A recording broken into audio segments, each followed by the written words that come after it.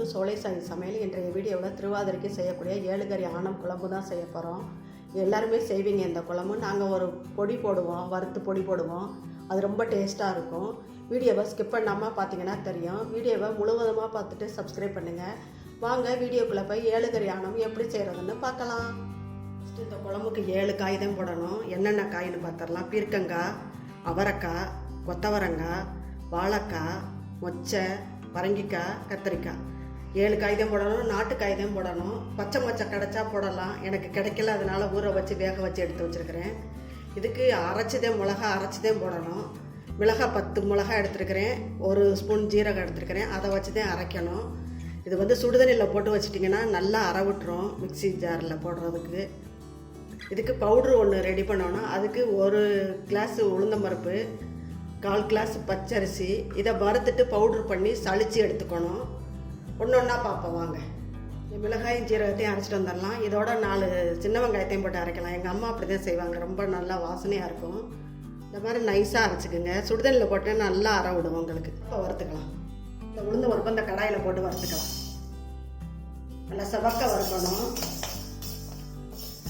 இந்த மாதிரி நல்லா பொன்னேரமாக வறுத்துக்குங்க. நம்ம இந்த பருப்பை ஒரு பிளேட்டில் மாற்றிக்கலாம். இதில் இந்த பச்சரிசியை போட்டு வறுத்துக்கலாம். தனித்தனியாகத்தே வறுக்கணும். அரிசி பருப்பெல்லாம் உங்களுக்கு எண்ணெயும் ஊற்றக்கூடாது.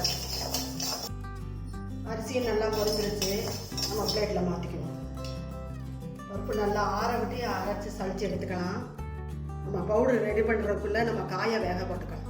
அரைச்சி வச்சிருந்த மிளகா பேஸ்ட்டு இந்த இட்லி பாத்திரத்தில் ஊற்றி இருக்கிறேன். பெரிய பாத்திரமாக வச்சுக்கோங்க. காய் வேகிறதுக்கெல்லாம் அப்புறம் கலக்க வேகும். கொதி வர விட்டு நம்ம காயெல்லாம் போட்டு வேக விட்டுக்கலாம். நல்லா கொதி வருது. இந்த டயத்தில் நம்ம கொத்தவரங்காயை போட்டுக்கலாம். எல்லாத்தையும் ஒன்றா போடக்கூடாது. ஒரு காய் கரைஞ்சிரும். ஒவ்வொரு காய் வேக லேட் ஆகும். அதனால் எல்லாம் ஒன்றா போடக்கூடாது. ஒரு கொதி வந்தவுடனே போடணும். இந்த டயத்தில் நம்ம வாழைக்காயும் போட்டுக்கலாம். பீர்க்கங்காயும் பறையக்காயும் லாஸ்ட்டில் போட்டுக்கணும். கத்திரிக்காயும் போட்டுடலாம். இந்த கத்திரிக்காய் வேக லேட் ஆகும். நம்ம வேக வச்சிருந்த மொச்சையும் ஊற்றிக்கலாம். ஒரு கொதி வரட்டும். நம்ம போட்ட காயெல்லாம் பாதி வந்துருச்சு. இந்த டயத்தில் நம்ம பறையக்காயும் பீர்க்கங்காயும் போட்டுக்கலாம்.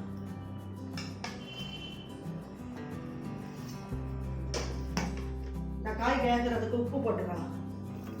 பத்தலைனா கொஞ்சம் தண்ணி விட்டுக்கலாம்.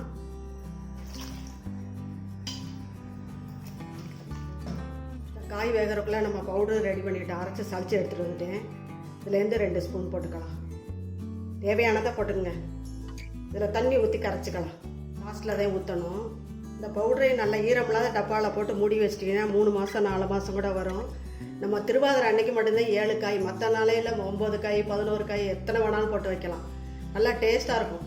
நம்ம போட்டிருக்க காயெல்லாம் வெந்துருச்சான்னு பார்க்கலாம். நல்லா வெந்துருச்சு. நம்ம அரைச்சி வச்சுருந்ததை ஊற்றிக்கலாம். குழம்புக்கு தக்காளியும் போடுறதில்ல, புளியும் ஊற்றுறதில்ல. இதை ஊற்றிக்கலாம். இந்த குழம்போட ஸ்பெஷலே இந்த உளுந்த பவுடர் தான். கொதி வந்தோடனே நம்மளுக்கு கெட்டியாயிடும். நல்லா கொதி வருது. நம்ம தாளித்து கொட்டிக்கலாம். இந்த அளவு திக்னஸ் போதும். ஏன்னா ஆறுனா ரொம்ப கெட்டி ஆயிரும். இது சாப்பாட்டில் பசஞ்சு சாப்பிட்ற மாதிரி இந்த அளவுக்கு போதும். நம்ம இறக்கிக்கலாம். குழம்பு தாளிக்கிறதுக்கு இந்த கடாயில் நல்லெண்ணெய் ஊற்றுறேன். நெய்யும் ஊற்றிக்கலாம். வெறும் நெய்யாக கூட ஊற்றி தாளிக்கலாம். நான் 2 ஊற்றுறேன். இதுக்கு தாளிக்கிறதுக்கு ஜீரகம் மட்டும்தான் போடணும். இதுக்கெல்லாம் போடுறதில்ல.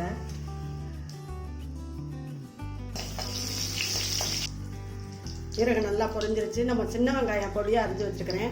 இதை போட்டு தாளிச்சிடுவோம்.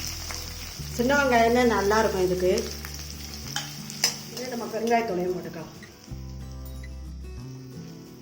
கருவேப்பிலையும் போட்டுக்கலாம். நம்ம குழம்புல போட்டுக்கலாம். இறக்கினப்போ இருந்ததுக்கு இப்போ திக்னஸ் வந்துருச்சு பாருங்கள். நம்மளோட 7 கறி ஆணம் சூப்பராக ஐடியா. லாஸ்ட்டில் கொத்தமல்லி இலை வைக்கலாம். என்கிட்ட இல்லை, அதனால நான் போடலை. இது சாப்பாடுக்கு இட்லி தோசை எல்லாத்துக்குமே ரொம்ப நல்லாயிருக்கும். சப்பாத்தி கூட தொட்டு சாப்பிட்லாம். இதே மாதிரி இந்த வருஷம் திருவாதிரைக்கு நீங்களும் இந்த மாதிரி குழம்பு செஞ்சு பாருங்கள். செஞ்சு பார்த்துட்டு எப்படி வச்சுருங்க கருத்துக்களை கமெண்ட்ஸில் சொல்லுங்கள். இந்த வீடியோ பிடிச்சிருந்தால் லைக் பண்ணுங்கள், ஷேர் பண்ணுங்கள். நம்ம சேனலுக்கு மறக்காமல் சப்ஸ்கிரைப் பண்ணுங்கள். நன்றி, வணக்கம். அடுத்த வீடியோவில் பார்க்கலாம்.